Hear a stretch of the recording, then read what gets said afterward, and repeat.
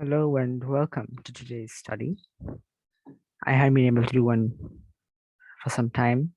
So, today we're going to be doing chapter 7 of Isaiah.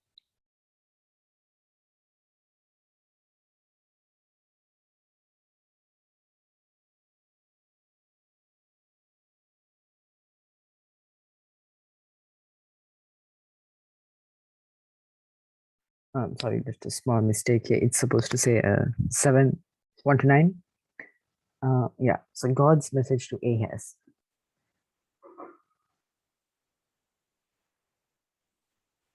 Now Ahaz was the son of Jotham, who was the son of Uzziah. When Ahaz was king of Judah, Rezin, king of Aram, and Pekah told Remaliah, the king of Israel, went up to Jerusalem to fight against it. But they were not able to defeat the city. Ahaz, king of Judah, received a message saying, "The armies of Aram and Israel have joined together." When Ahaz heard this, he and the people were frightened. They shook with fear like trees of the forest blown by the wind. Then the Lord told to Isaiah, "You and your son, Shear-Jashub, should go and meet Ahaz at the place where the water flows into the upper pool, on the road where people do their laundry." So, from verses 1 up to verse 3, you can see that the king went up to Jerusalem to fight against the Assyrians, but couldn't defeat them. And the people and the king were afraid because Aram and Israel had joined forces together. And so God tells Isaiah and his son, who was named Shear-Jashub. And actually, Shear-Jashub means um, a remnant will come back, or a part of the people will come back. So he says, God tells Isaiah and he to go up and meet the king.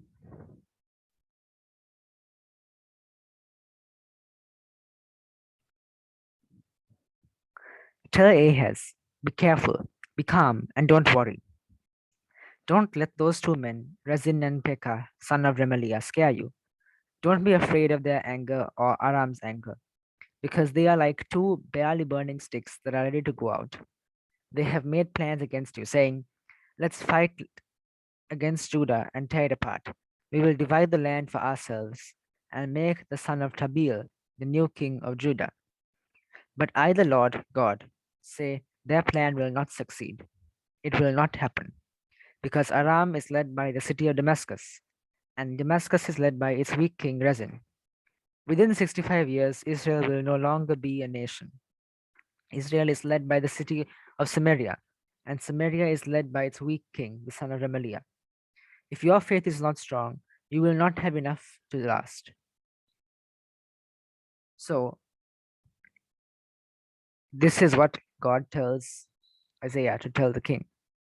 And actually, it's quite significant what they say here, that it's led by Damascus is led by the weak king Rezin. And so the reason that they wanted to put a weak, um, sorry, it says they will make the son of Tabeel the new king of Judah. And so the reason they wanted to put him in place was, yes, because he is also a weak king. And so they can use him as a puppet and they can get him to do what they want. So God's message to the king was, be careful and calm. Don't be afraid of the enemies. God will not let the enemy's plans succeed. And that both cities, both nations are led by weak kings. And that if your faith is not strong, you will not last either.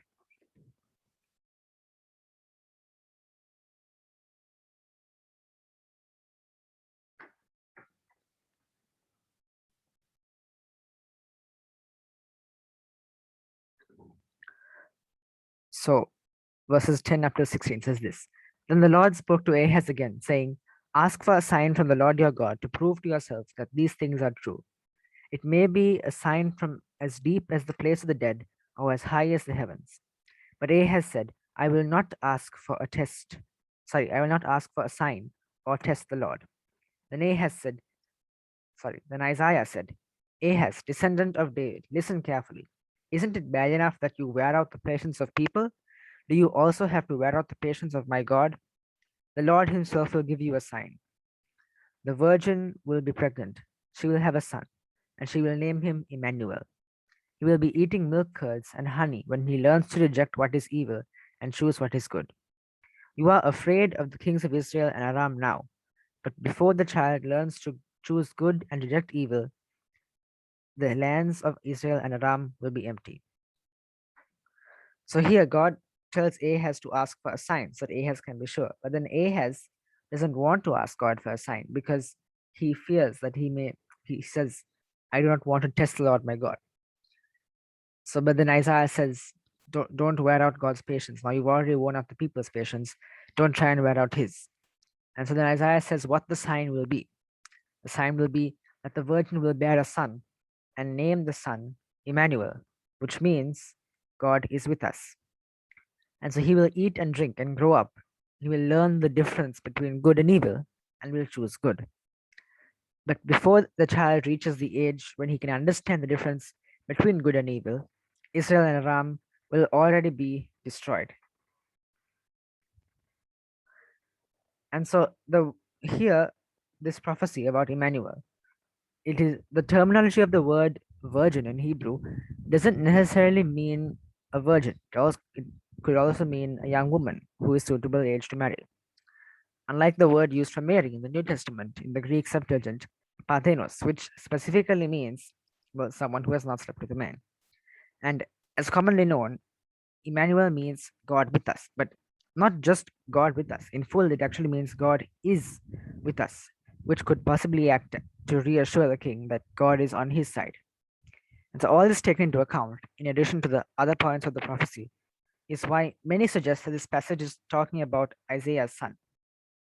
The prophecy also says that before the child is old enough to know good and evil, Israel and Aram will be destroyed, which would imply that the child being alive and during, sorry, which would imply that the child is already alive at the time, or at least conceived at the time of the prophecy. And so, well, regardless, the same thing does occur in Matthew 1 22 and 23. And let's read that now.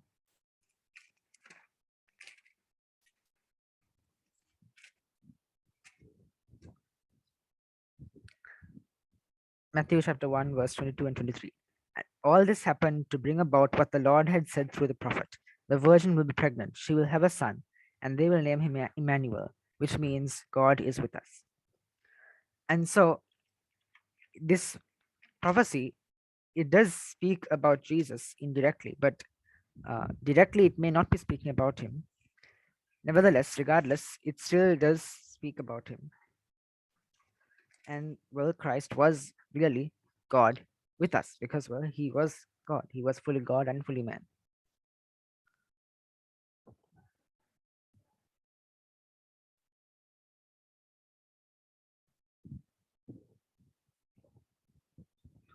Right. So verse 17 up to verse 25, it reads as this: The Lord will bring troubled times to you, your people, and to the people of your father's family.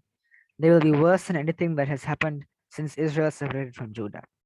The Lord will bring the king of Assyria to fight against you. At that time, the Lord will whistle for the Egyptians. They will come like flies from from Egypt's faraway streams.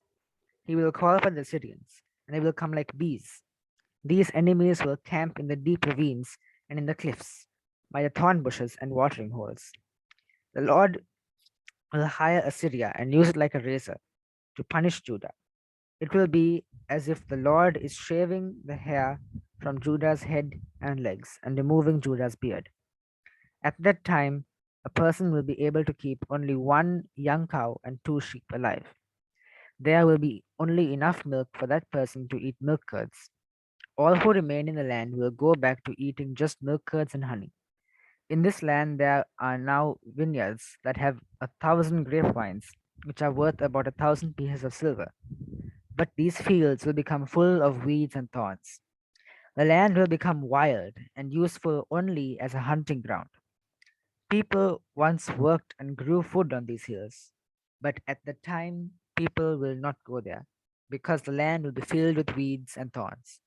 Only the sheep and cattle will go to those places.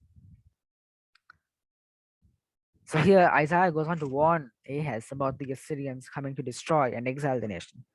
And Ahaz was actually considering teaming up with Assyria to go against Aram and Israel. But Isaiah warns that in the future Assyria will destroy them, and so not to make an alliance with them. And Isaiah likens God's judgment by the Assyrians and Egyptians to a razor, cutting off the hair from the head, the face, the legs. Isaiah then says that what will happen to the land and to the people after the Assyrians and the Egyptians attack. So that is the end of that chapter. We will do this next chapter. I believe, yes, on the 14th, hopefully. If all goes well, we will do the next chapter on the 14th. So if anyone has any questions, they can write to me via Discord to my username is written there. Or if you're watching this on YouTube, then you can write them in the comment section below.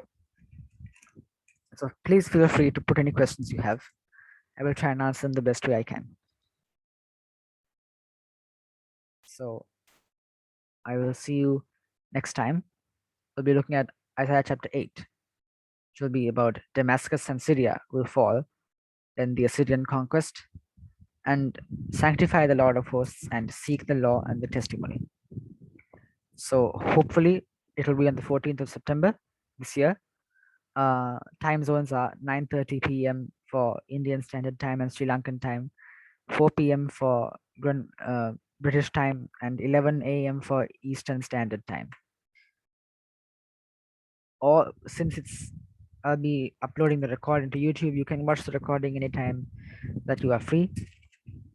So I will see you next time. Thank you for joining us.